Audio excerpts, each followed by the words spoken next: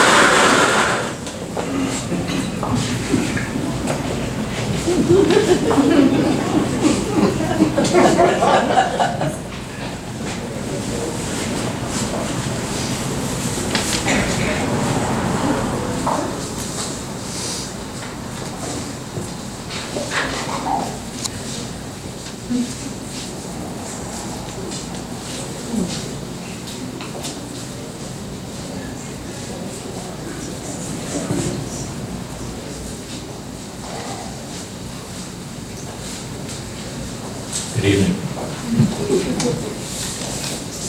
I wasn't doing an impression of John Cage or Dorothy Brunowitz. I was taking a moment to breathe in this moment that I only get to do every 3 years or so. When I can see so many people that I care about, that I love here in this space. In a moment of joy, because usually I only get to see a lot of you at a funeral when we all get together. So I'm pleased that we can be here in happiness and peace.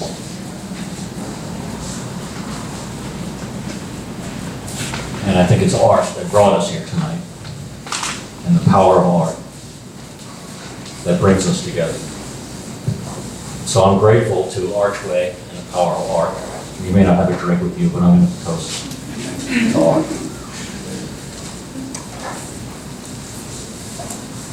I've been in this gallery for 22 years, and this is my 10th show. So I really want to take in this moment and breathe into it, because it goes so fast.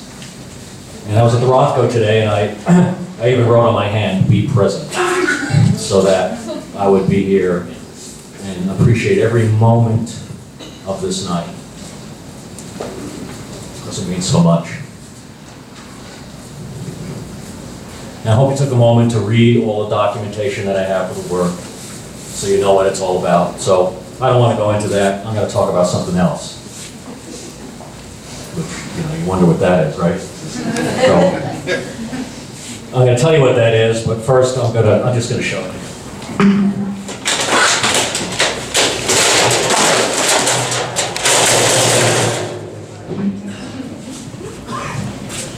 This is sampling of my artistic journey.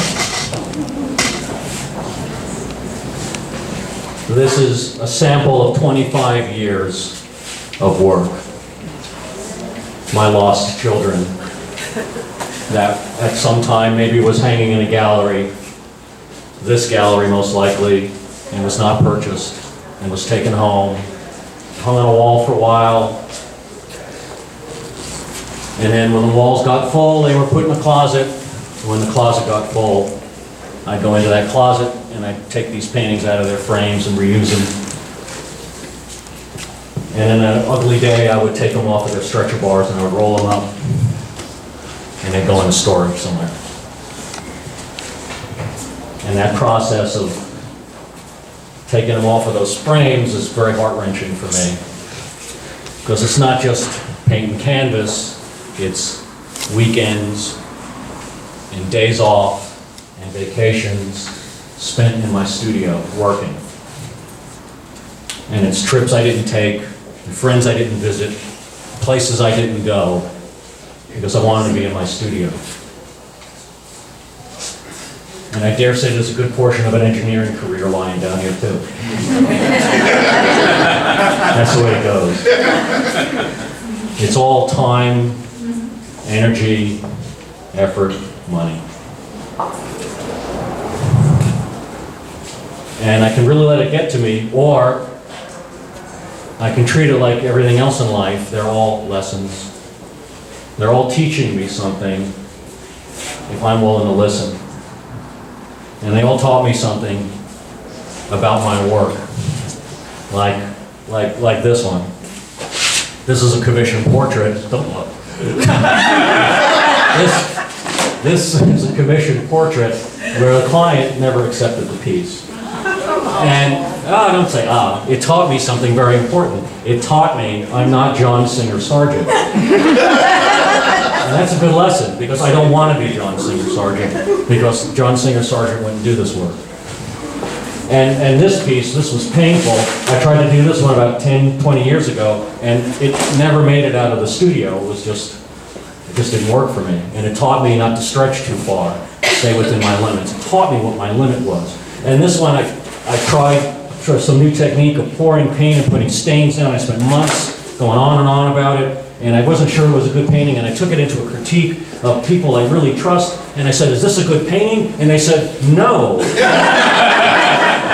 And so it came off the stretcher bars, but I know that whatever I did on this piece, I used it on another piece that was a success. It was a portrait of my father, so it taught me something. And there are lessons everywhere. I had stacks and stacks of newsprint and pads filled with drawings from drawing workshops and figure drawing class. I've been doing for like 20 odd years, and I still do them. And I've never produced a drawing I really liked.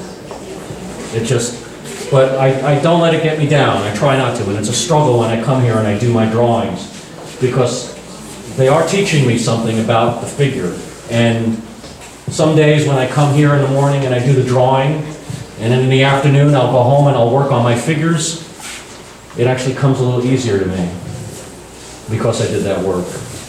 They all taught me something. They're all lessons in here. And the lessons I learned here allowed me to bring that knowledge to this work that you see around you. Everything that's here can only happen because of what happened down here. And so I have to have gratitude for this, if I want this. And I know that this journey doesn't stop. I'm going to keep doing this, and it will continue until I can't paint anymore, until I can't breathe anymore. And chances are, I'll be here again in 3 years, and I'll be looking out on very familiar faces.